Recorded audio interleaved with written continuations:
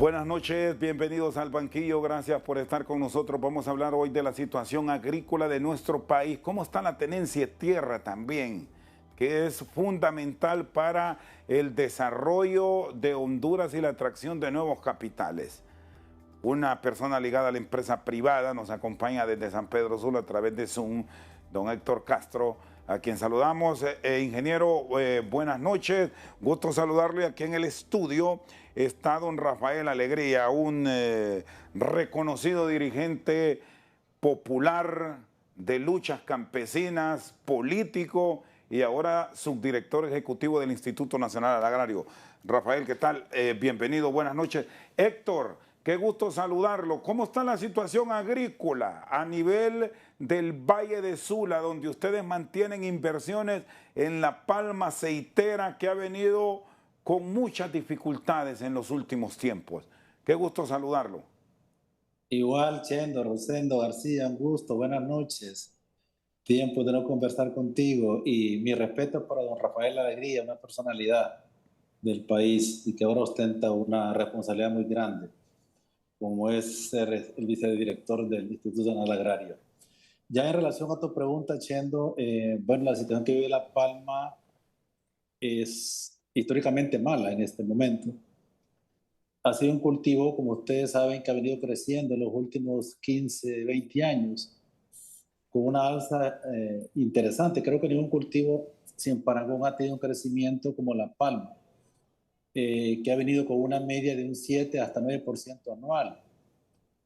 Básicamente, como principal impulsor, el factor económico, los precios del aceite de palma, aunque han tenido alguna volatilidad, siempre han sido buenos.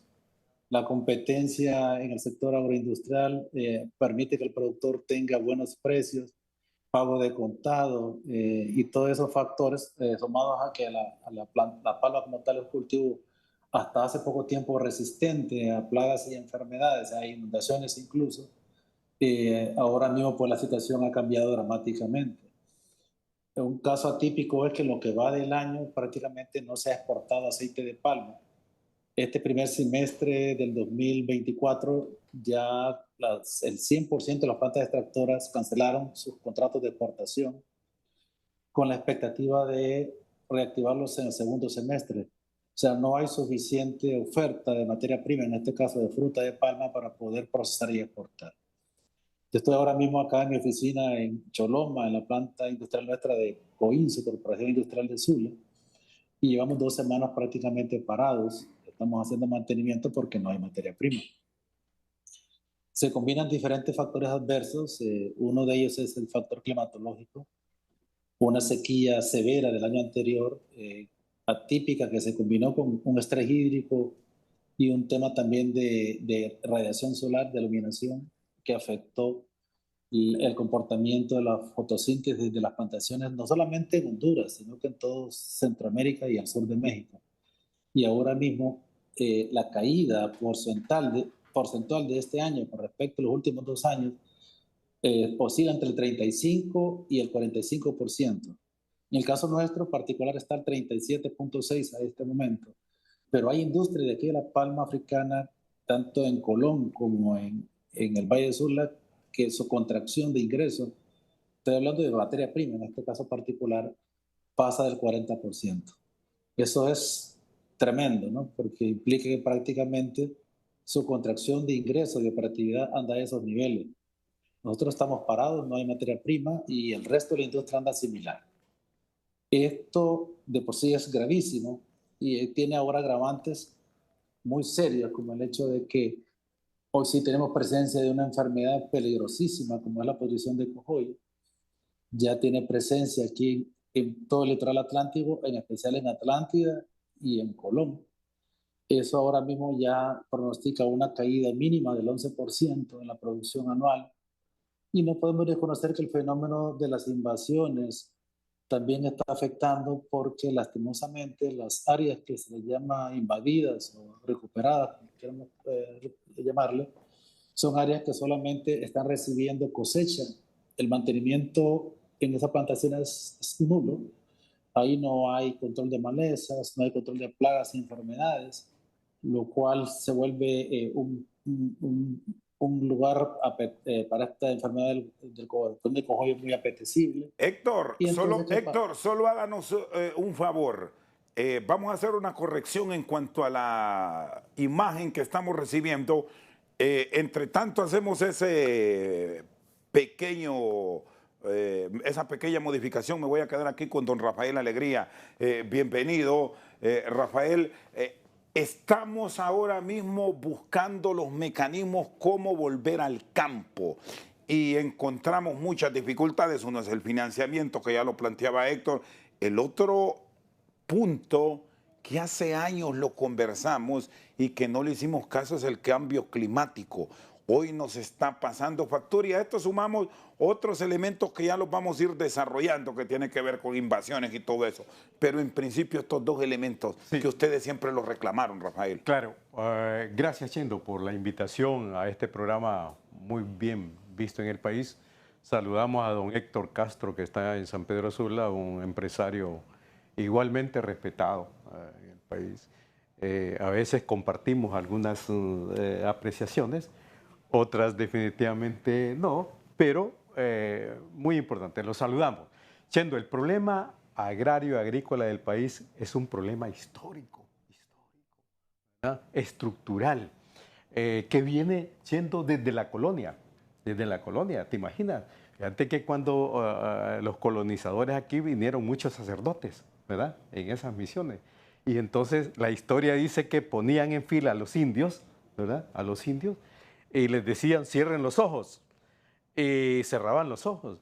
Y cuando les decía, abran los ojos, los indios tenían una Biblia, pero ellos tenían el título de la tierra, donde estaban los indios. Te puedes imaginar. Y desde ahí, siendo la iglesia, era la que tenía tierras. Por eso aquellos títulos de propiedad del Padre Subirano, que tú los conoces muy bien también, ¿verdad? Vienen de España. Entonces, te puedes imaginar. Luego, el Estado, los gobiernos anteriores, dieron mucho título en dominio útil en las municipalidades, bueno, los dominios plenos ya privados, luego las concesiones, luego los arrendamientos y un montón de cosas, ¿verdad? Pero todo eso en función a intereses de tipo económico y político. Por eso, escuchando a don Héctor, no solamente el problema es empresarial, ¿verdad? O industrial, sino que tiene una connotación económica, claro que sí, pero tiene una connotación social y política, el tema agrario. Por eso, volvamos al campo, es una palabra muy fuerte de la compañera Xiomara Castro, ¿verdad? Lo dice, volvamos al campo, porque si no desarrollamos el campo, no vamos a poder desarrollar el país. Clarísimo de que este país es eminentemente agrario y forestal. Pero volver al campo para economías de subsistencia, deben haber otros factores que se mezclen ahí, que ha sido el reclamo histórico que también se ha dado. Financiamiento, apoyos y esto, y cuando digo apoyos o esto es sin ver el color político que lastimosamente aquí ha estado presente, no de hoy, esto es de siempre. Sí, pero ahí siendo hay que estar claro con una concepción social y política. Es decir, porque ¿qué es lo que ha sucedido? Que a los pobres o a los campesinos hay que darles la función de que produzcan granos básicos, ¿verdad? Maíz, arroz y frijoles o algunas hortalizas, pero el producto que genera ingresos de la industria, del comercio, de la exportación, le corresponde a otro sector que es el sector empresarial. Eso ya hoy en día está sumamente cuestionado, sino que las cooperativas, las empresas asociativas campesinas, los pueblos indígenas, todo eso tienen también la función, ¿verdad?, de ser trabajadores, propietarios y empresarios también. Por eso tenemos empresas asociativas como las conoce don Héctor Castro en el Bajo Abón y otras que se iniciaron allá por la década del 70 y que se desarrollaron en cierto momento político, ¿verdad?, que se vino a deteriorar de acuerdo ya con la Ley de Modernización Agrícola. Entonces, por eso hay que ver el tema, el fenómeno de desarrollo agrario en su contexto integral, ¿verdad? En su contexto integral. El problema de empleo, el problema de pobreza, el tema de justicia social, la igualdad como tal de todos los sectores. Ahora, estamos claros, en el agro hay actores fundamentales. El sector empresarial es uno, pero el sector campesino es otro, el pueblo indígena es otro, las cooperativas son otros. Y entonces el gran problema es que hoy tenemos diferencias y dificultades, hasta confrontados, ¿verdad? Hasta eso. Eso tenemos que buscarle superar el problema. ¿Y en qué promedio se han propuesto resolverlo? Porque si esto es de siglos, no es que en 2 años que le restan a la actual administración se va a venir a resolver. ¿Cuáles son entonces prioridades para el Instituto Nacional Agrario? Correcto. Y Xiomara, el 5 de junio del año pasado, emitió una declaración por cadena nacional de radio y televisión. Hizo, hay que buscarle solución a la conflictividad agraria. Y por un lado dice justicia agraria, ¿verdad? Refiriéndose a legalidad, ¿verdad? Al sector empresarial, pero también dice acceso a la tierra para los que no lo tienen. Entonces, esos dos aspectos o dos factores son claves.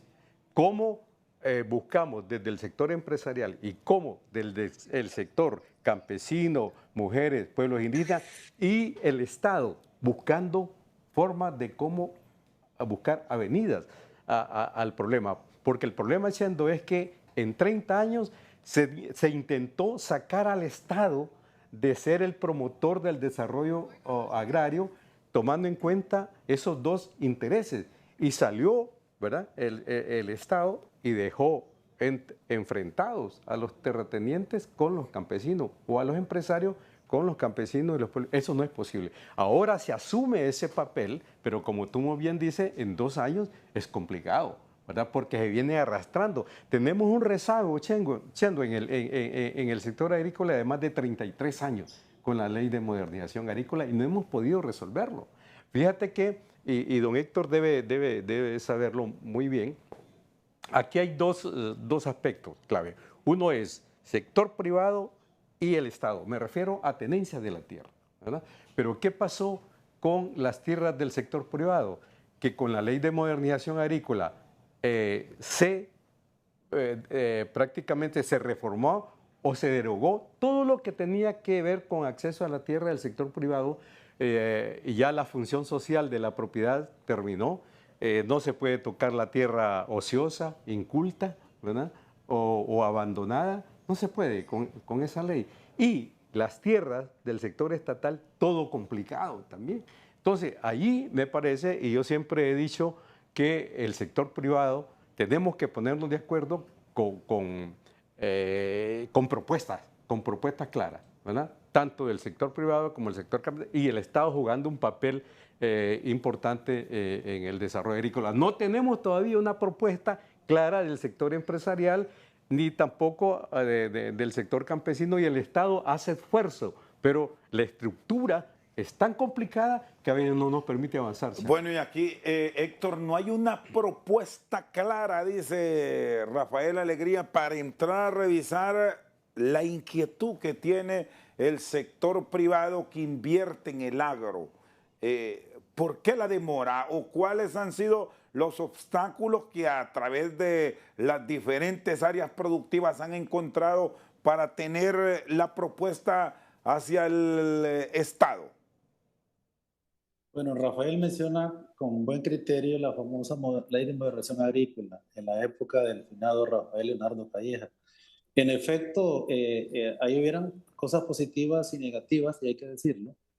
Se abrió una puerta para que el campesino, en especial de lo que tenía que ver con las cooperativas de la reforma agraria cara, y ya citándolo específicamente, las cooperativas que pertenecían a Coapal, lastimosamente esos grupos campesinos comenzaron a vender sus tierras, ¿verdad? La ley les prohibía a ellos venderla, pero en aquel momento se dio esa fisura y ellos comenzaron a vender. Y ahí se origina esta crisis de que ahora pues se dan estas recuperaciones, porque estos grupos campesinos, y hay que decirlo, y Rafael lo sabe, es muy diferente cuando uno se habla de Coapalma como tal y hablamos de Undupalma. Son dos empresas agroindustriales de la reforma agraria que tienen una marcada diferencia. ¿Por qué Palma vendió el 70% más de sus cooperativas o las vendieron a privados? ¿Y por qué Palma no ha vendido una sola cooperativa? Yo creo que es un tema que seguramente Rafael en su momento lo ha meditado. Y eso es básicamente una palabra, resuelve todo eso, se llama educación. Subrayo, educación. O sea, cuando el campesinado no se educa, y Rafael sabe que es un problema estructural, el campesino nuestro, claro, es hondureño y tiene derecho a la tierra y debe explotar la tierra, vivir de ella, porque es de alguna manera quizás su única forma de vivir. Pero cuando un campesino no tiene educación, que es casi una constante, y es un problema estructural, no es un problema de este gobierno, hay que decirlo, es un tema heredado. Pero cuando el campesino no tiene educación, ¿qué hace? Rafael le da la tierra, pero como él no tiene la formación para producir con eficiencia, no tiene formación gremial, no tiene formación para trabajar en equipo, no han pasado ni 5 años cuando ya, si era un grupo organizado, ya sea como cooperativa, como empresa asociativa, ya empezaron a parcelearse. Esa palabra parceleo tiene, tiene 30 años de existir o más, ¿verdad? Sí. Y es básicamente sinónimo de que las cooperativas, los grupos empiezan a disgregar y cada uno de ellos empieza a vender sus lotes. Don Héctor. Y eso ha sido una constante, y Rafael lo sabe, en todo el país. Sí, don Héctor, entonces, pero me parece que usted ha dicho algo esencial, el derecho a la tierra de los campesinos. Y me parece que, por ejemplo, en el Bajo Aguán y en otras zonas, un error del sector empresarial fue adquirir la tierra, ¿verdad? La tierra que en muchos casos fueron de los campesinos, ¿verdad? Y porque me parece a mí que el negocio de la empresa privada, ya sea palmera o de otro tipo, es la industria, el comercio y algo por el estilo, no la tierra como tal. Y entonces, pero con la ley de modernización agrícola, entonces ya había que tener el control de la tierra, la producción, el comercio, la industria y todo. Y entonces vino el conflicto. Entonces, a mí me parece que si nos pusiésemos de acuerdo en el derecho que tienen los campesinos a la tierra y generar, porque en el Bajo Aguán, don Héctor, usted lo sabe que hay empresas que se desarrollaron en el marco de la reforma agraria, ¿verdad? La Salamá, ¿verdad? Es una empresa enorme, grandísima, ¿verdad? Hondupalma, Honducaribe y otras empresas que son del sector palmero, ¿verdad?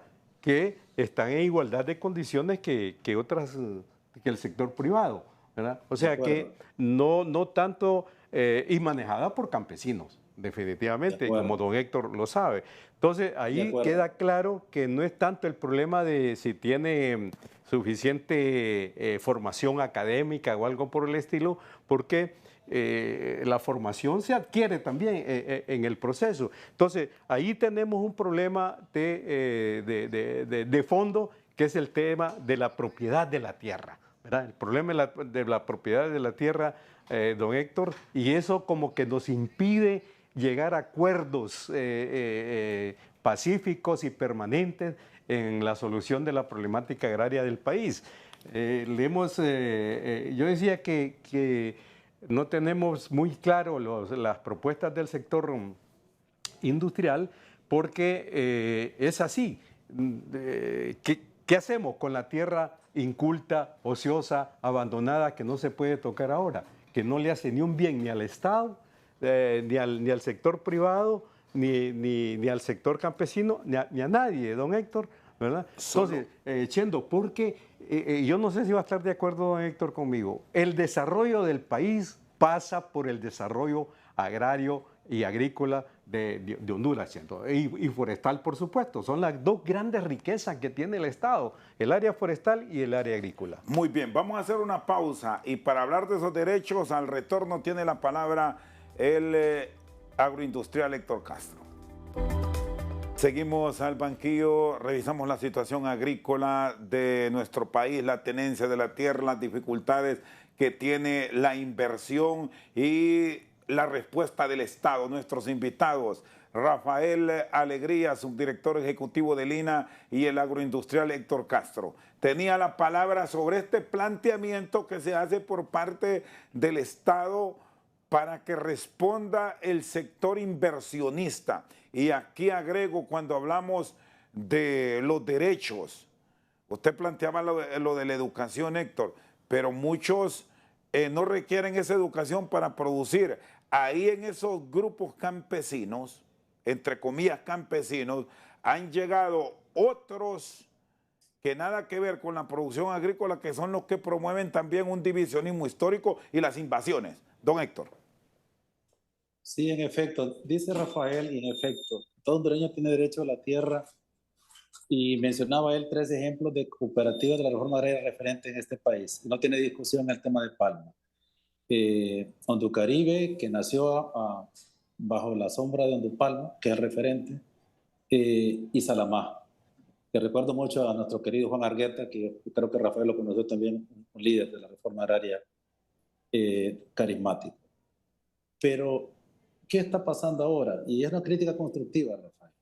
Este gobierno está con la buena intención de darle tierra al campesino, ya sea que se la compre el Estado y se la da al campesino, u otra forma, ¿verdad? Ya sean legales o no legales. No es el tema de discusión.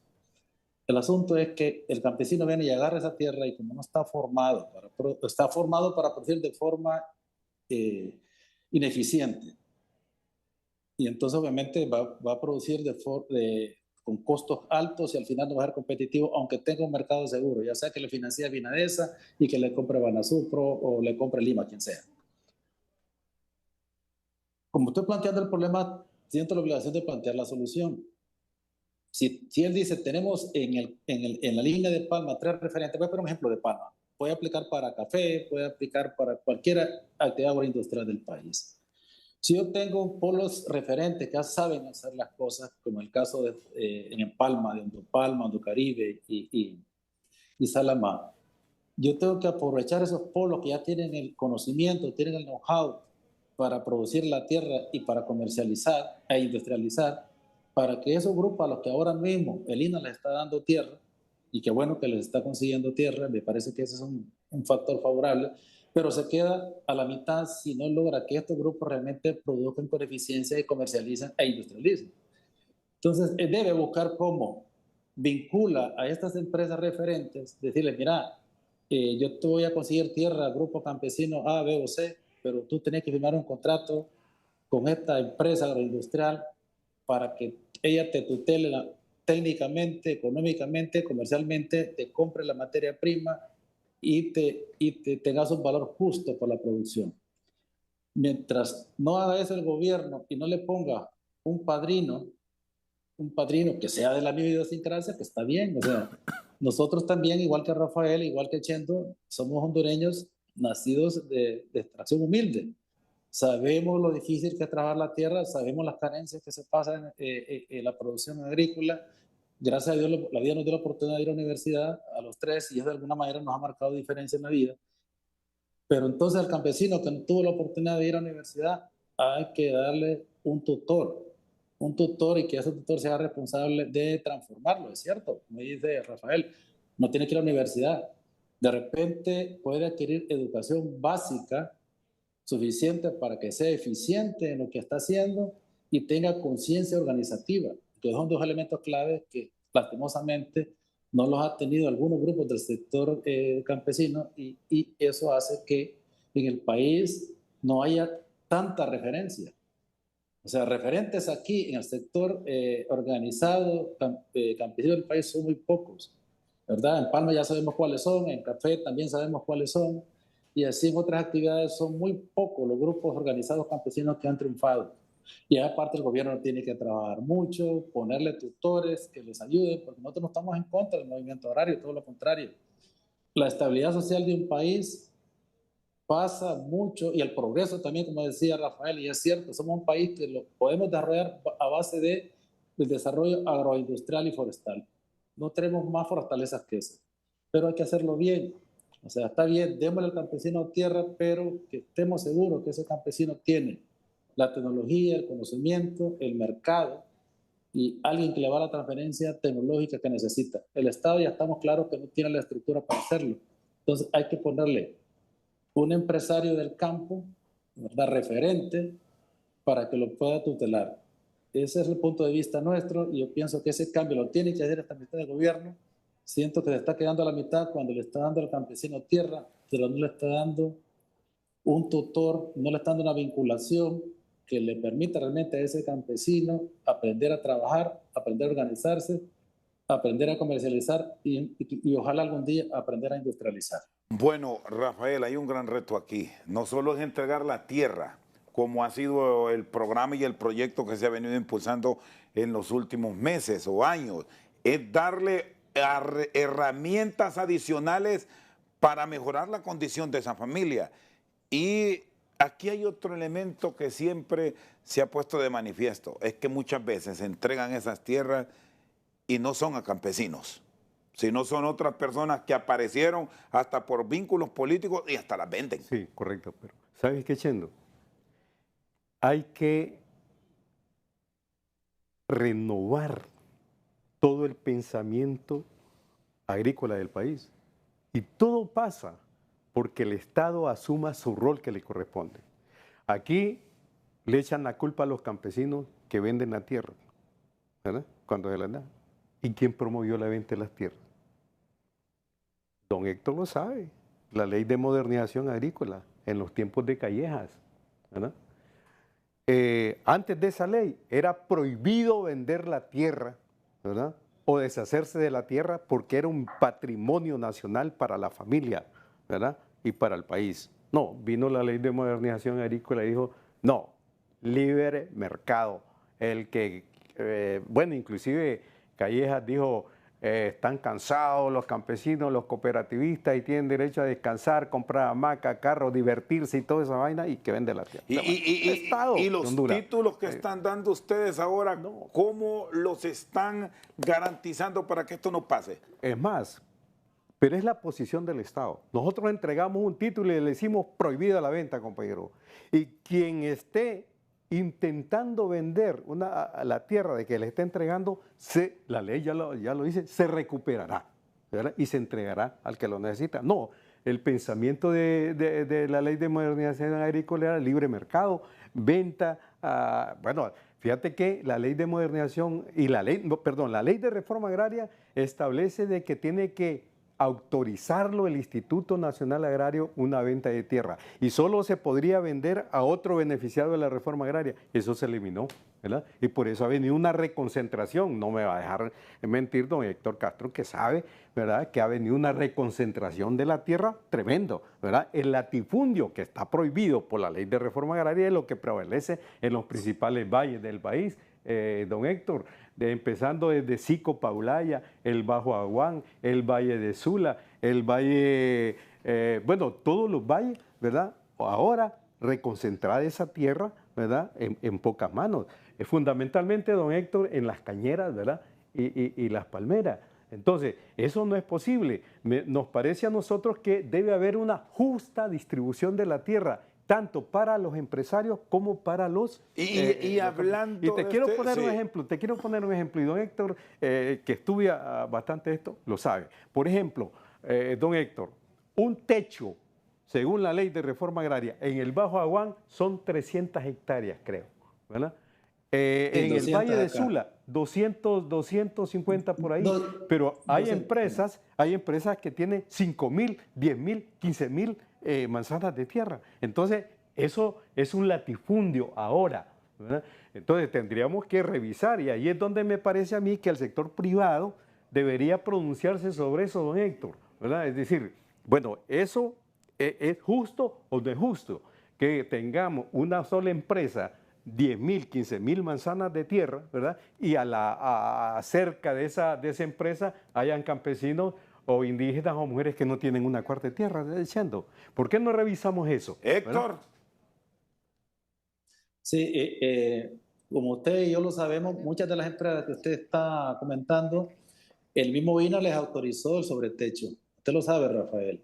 Y hay otras que hay que decirlo, simplemente crean una segmentación de varias empresas y logran, a partir de esa figura jurídica, tener más tierra.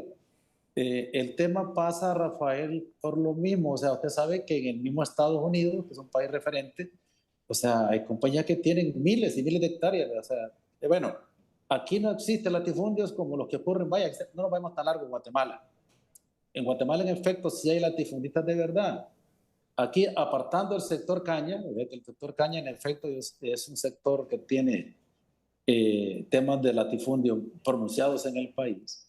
El resto de la agroindustria, y meto a La Palma en particular, no, más en este momento ya no existe tal latifundio. Yo pensaría que no hay que satanizar el tema de las extensiones grandes de tierras si estas están cultivadas, Rafael, y cultivadas eficientemente. Sí estoy de acuerdo con usted que aquellas áreas que no estén cumpliendo su función social, esas áreas deben ser objeto de cuestionamiento. ¿Cómo es posible que una área que tenga vocación agrícola esté sin uso? Eso no es correcto. Entonces, en ese caso, yo creo que sí se debe llamar al dueño, a los dueños, y buscar una solución a eso. Ahí no hay discusión, sobre todo en un país que es deficitario. Todos sabemos que aún con todo el área que tiene el país agrícola, todavía importamos mucho. Somos grandes importadores de maíz, importamos arroz y miles de toneladas. Ya ha habido ocasiones que importamos frijoles, o sea que no tenemos una autosuficiencia alimentaria, y habiendo suficiente tierra, y todo pasa por lo mismo, por la ineficiencia productiva en el país. Y es un tema estructural que no es fácil de resolver. En Palma son de los pocos cultivos que estamos asegurados porque no hay otra leguminosa que nos pueda competir, ¿verdad? No hay forma de que Estados Unidos, que es, ¿verdad?, el país referente acá, nos pueda meter aceite de soya, porque nunca va a ser más competitivo que el aceite de palma. Pero lastimosamente otras actividades agropecuarias, ya sea leche, ¿verdad?, ya sea carne, Rafael lo sabe, que nos invaden de afuera, porque quiero decir, no, los países vecinos, y en especial Estados Unidos, pues producen con menos costo. Algunas veces subsidian la actividad agropecuaria, y por ende nosotros tenemos, como pasa, y Rafael también lo sabe mejor que yo, tenemos una crisis en la producción de maíz, una crisis en la producción de arroz, todo lo que son granos básicos, a un poquito de excepción en frijoles, y todo lo demás está colapsado, y es un tema estructural que ningún gobierno ha podido resolver. Y no es culpa de porque yo no he visto un solo gobierno durante tengo vida que hemos tenido realmente una operación en la parte de granos básicos bonancible. Pero pienso que esto es de buscar, yo siento que este gobierno debe buscar más concertación, porque no debemos satanizar el tema de los latifundios, que son en el país existen, pero son muy pocos, sino bien ver cómo el campesino tiene acceso a la tierra. Pero lo más importante, Rafael, que cuando tenga acceso a la tierra, tenemos la garantía de que ese va a ser un productor eficiente, que no va a vender la tierra y que va a tener un mercado seguro. Yo decía, y que tenga un padrino que lo lleve realmente desde los niveles de pobreza extrema, de ignorancia extrema que ahora está, de ineficiencia altísima, a ser un productor sostenible. Pienso que hay que hacer un análisis más profundo en eso, que al final puede hacer la diferencia entre esta gestión bien intencionada que puede tener este gobierno a una que se quede en la pura intención, ¿verdad? Siento que tiene que buscar y atacar estructuralmente el problema. Siento que todavía no está llegando al verdadero meollo de la situación. Muy bien, vamos a hacer una pausa. Ya venimos con nuestros invitados de hoy aquí en el banquillo. Seguimos al banquillo esta noche, don Rafael Alegría, subdirector ejecutivo del Instituto Nacional Agrario, y don Héctor Castro nos acompaña. Usted hablaba de las grandes propuestas que tiene el actual gobierno y de una comisión especial que se integró. ¿Qué han hecho para revisar todo este marco jurídico y para buscarle una solución a temas que se combinan con esta problemática agrícola? El tema de las invasiones. Claro. Son 46.000 hectáreas que estaban bajo producción y vinieron personas, las invadieron, y aquí no hay autoridad en el pueblo. Pero el asunto, Chendo, es que no podemos vivir entre ocupaciones que no son legales, no están autorizadas, ¿verdad?, y desalojos. Desalojos y ocupaciones. Desalojos y ocupaciones. No podemos. Tenemos que buscarle una solución, y reitero, integral y permanente al problema. Pero ¿con qué tiempo, Rafael? Porque mientras se busque esa solución, el que invirtió está perdiendo. Bueno, correcto. Pero fíjate que el problema de la palma, el aceite, ahora no es tanto el problema de las invasiones, don Héctor, siento yo, sino que hay una, o sea, no estamos, la demanda es mayor que la oferta, ¿verdad? Inclusive de producción, ¿verdad? Ese problema lo tiene todas las empresas ahora agroindustriales del aceite de la palma africana. No hay suficiente producción, claro, está de por medio lo del cambio climático y un montón de cosas, pero hay que buscar una solución y nosotros lo que estamos planteando, don Héctor, y al sector privado es que revisemos el marco jurídico. Con el actual marco jurídico no podemos avanzar mucho aunque quisiéramos siendo, ¿verdad? Como te repito, las tierras privadas, incultas, ociosas o abandonadas, ¿verdad? O que no aparecen dueños, pero el sitio aparece privado, ¿verdad? Es suficiente como para que no hagas nada en línea, como no puedas entregar eso. Y también a nivel del... Pero esto no es expropiación, como estas fueron políticas que de repente se manejaron en algunos países y las fueron a quitar. No. Y no se invierte, Rafael, no porque están ahí, es que, mira, porque no hay plata. Otros países, y don Héctor lo sabe, no hay tierras ociosas, hombre, ¿verdad? Ya hicieron las reformas agrarias en Estados Unidos, en China, en Taiwán, en Europa y toda esa cuestión. Allí ya no hay, el problema de la tierra no existe, definitivamente. Aquí estamos como el primer día, don Héctor, hace 60 años que se emitió la ley en 1974, como el primer día. Y tenemos que resolver ese problema porque no podemos estar eternamente en ese problema. Pero ahí vuelvo yo a los actores importantes, ¿verdad? Porque le tienen un gran miedo al tema agrario, al tema de reforma agraria en el Congreso, la empresa privada y todo eso. Y no es reforma agraria ir directamente a ocupar la tierra. No, tiene que haber un marco jurídico, pero el problema es que, y también vuelvo diciendo, los responsables directos ha sido el Estado sobre eso. El Estado, mira, en el INA, don Héctor, usted no se puede imaginar, estamos conociendo casos de 10, 15, 20 años, siendo 20 años. Ahora nosotros estamos agilizando el título de propiedad que le corresponde. ¿Cuántos han entregado en esta 10.000 títulos hemos entregado en 2 años. Y durante 10 años y 12 años que estuvo Job ahí, hubo años que no entregaron un título de propiedad, ¿verdad? Con enormes esfuerzos, con enormes dificultades en el marco jurídico.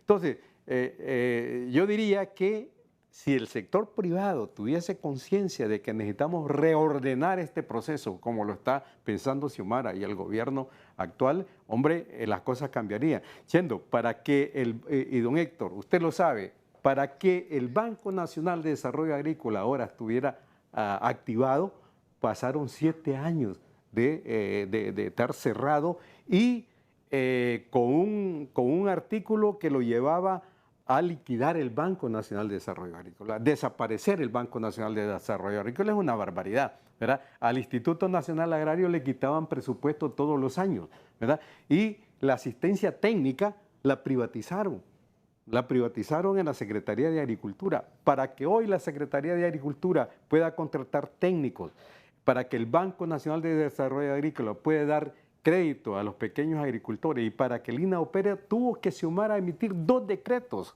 PCM, ¿verdad?, sobre emergencia en el sector agrícola. Si no, no pudiera.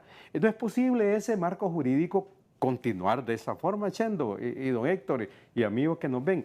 Tenemos que reordenar todo el proceso agrario del país y, como reitero, los actores fundamentales están claros. Y aquí hay un elemento que usted mencionaba, varios países del mundo donde no tienen estos problemas de tenencia de tierra, pero son naciones con una estructura en cuanto a seguridad jurídica se refiere, de respeto, de no cambiar las reglas del juego sobre la marcha. Rafael y Héctor, me gustaría que ambos participen sobre esto porque...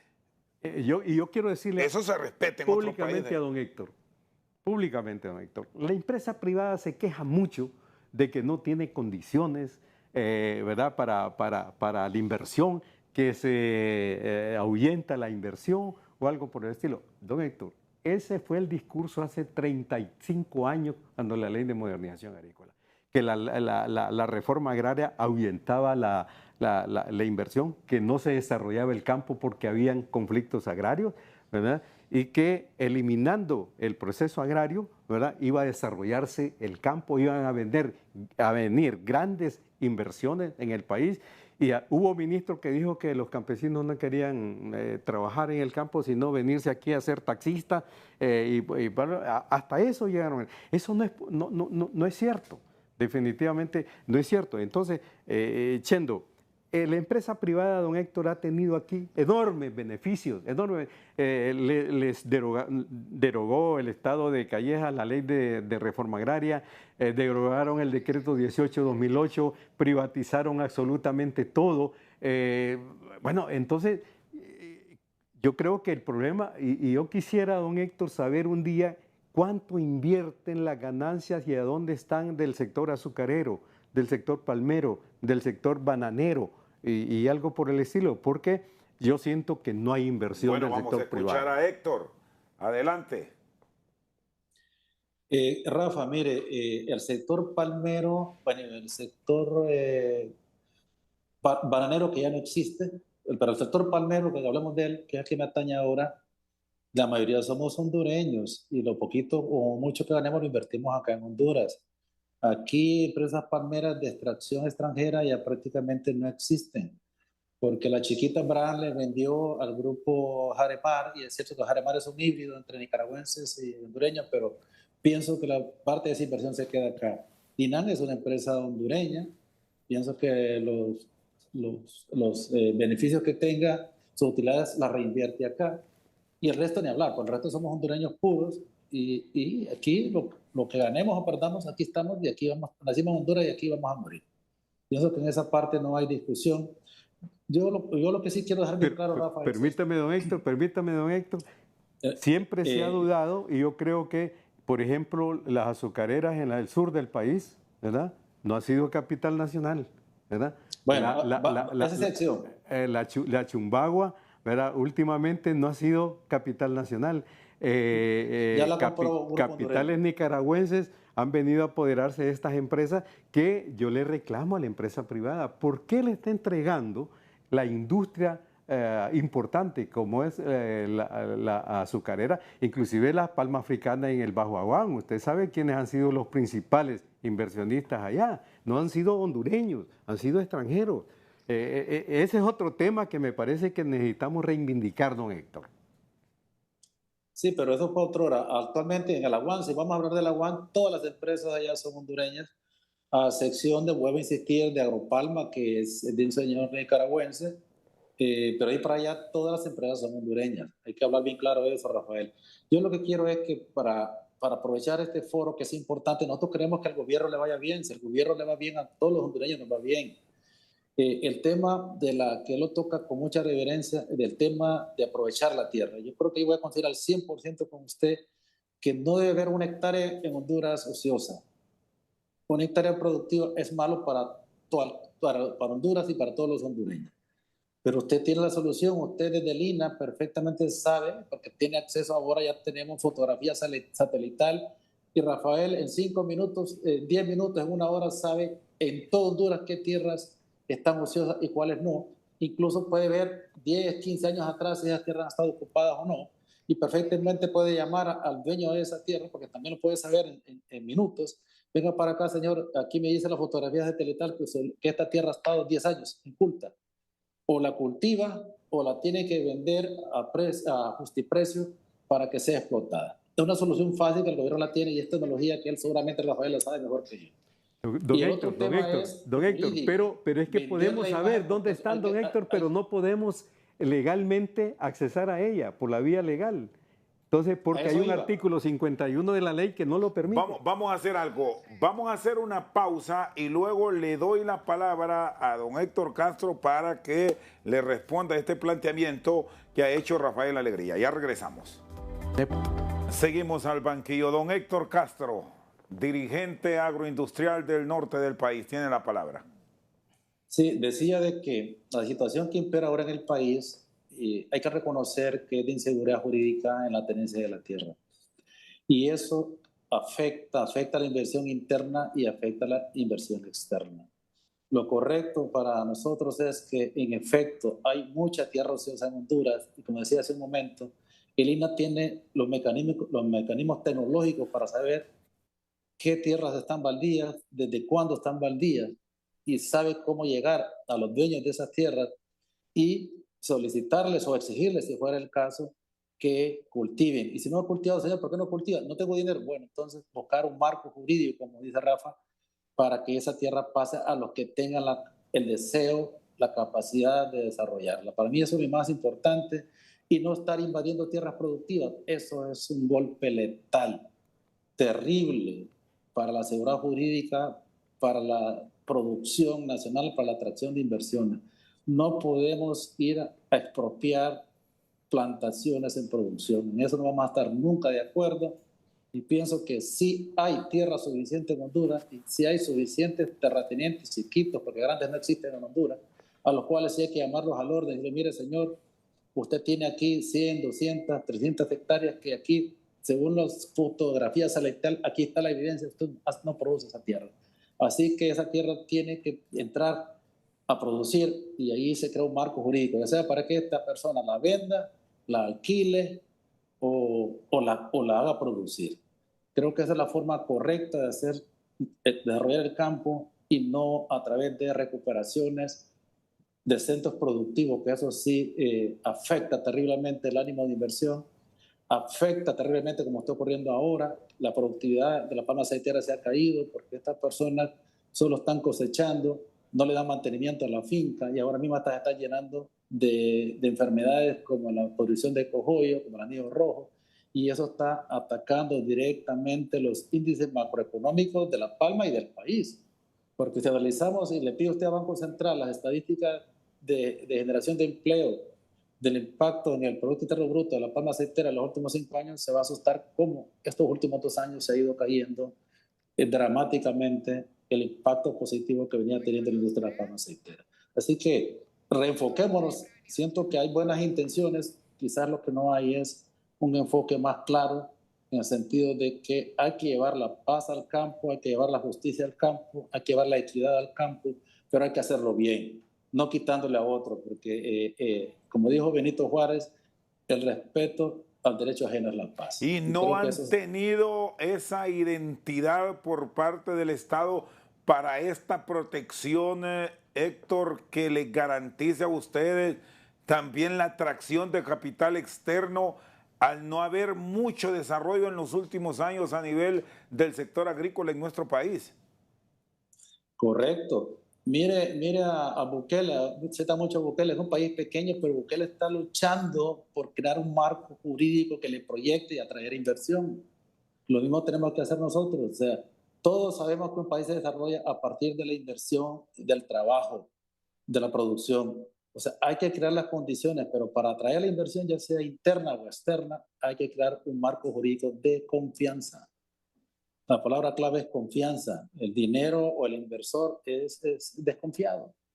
Entonces, si nosotros creamos un marco jurídico donde se respeten las leyes, donde el que invierte sepa que no se le va a cambiar las reglas más adelante, vamos a crear las condiciones para un país que pueda desarrollarse, como dice Rafael, coincidimos plenamente con él.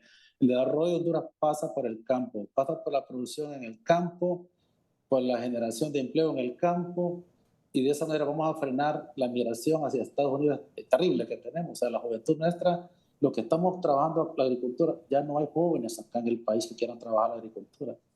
Hay una migración extraordinaria de jóvenes hacia la aventura americana que ya no llevamos trabajo. O sea, actividades como el banano desaparecieron en Honduras porque el banano es intenso en labor.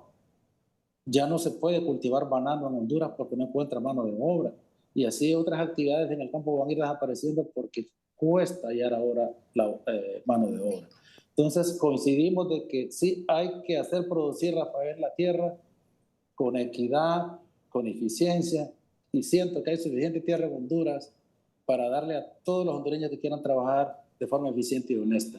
Y no sigamos con la práctica de que centros de producción que estén produciendo para Honduras estén siendo objeto de recuperaciones o invasiones, como le queramos llamar. Siento que ese no es el camino correcto. Hay suficiente tierra, usted tiene las herramientas para saber dónde están, cómo están, de quiénes son, quiénes la han explotado históricamente, sí o no, y a esas tierras sí hay que irle de frente con un marco jurídico que permita que se reconviertan en centros productivos eficientes, que al final lo que necesitamos, una Honduras que genere labor, trabajo en el campo. El campo es la agricultura social. Cuando no tenemos trabajo en el campo, hay pobreza, hay inseguridad social, y quiero decir o no, nosotros no podemos desarrollarnos como Honduras si no tenemos una estructura agroindustrial eficiente. Muy bien, gracias, Héctor. Sí. Bien, gracias, Héctor. Un fuerte abrazo. Rafael, tenemos 2 minutos ya para cerrar. Tecnología para identificar esas tierras. Y segundo, que tenga esa voluntad para hacerlo, porque ellos están abiertos. El Estado tiene toda la voluntad, como nunca ahora, ¿verdad? El asunto es que necesitamos un marco jurídico y hay que consensuarlo entre todas las partes, definitivamente, pero que no estemos en eso que ocupan, desalojan, tiros por aquí, tiros por allá, y no, así no se puede avanzar. Entonces tenemos que buscar puntos de encuentro. Don Héctor ha dicho que se investigue, y yo creo que hay que investigar a fondo, y aquí y cada quien lo suyo. Y aquí hay un elemento fundamental, Rafael. La policía debe jugar un papel fundamental. El Ministerio Público y la misma Corte Suprema de Justicia, cuando hay casos, revisarlos y fallarlos. Sí, por ejemplo, el INA no tiene nada que ver en las ocupaciones o las invasiones que es el sector privado. No. El INA es para dotar de tierra a los campesinos, pero de manera legal, y ahora lo estamos tratando de hacer. Ahora, todo pasa, en esto hay coincidencia con don Héctor, por combate a la pobreza, Chendo. El combate a la pobreza es fundamental, y esa pobreza se concentra en el área rural, ¿verdad?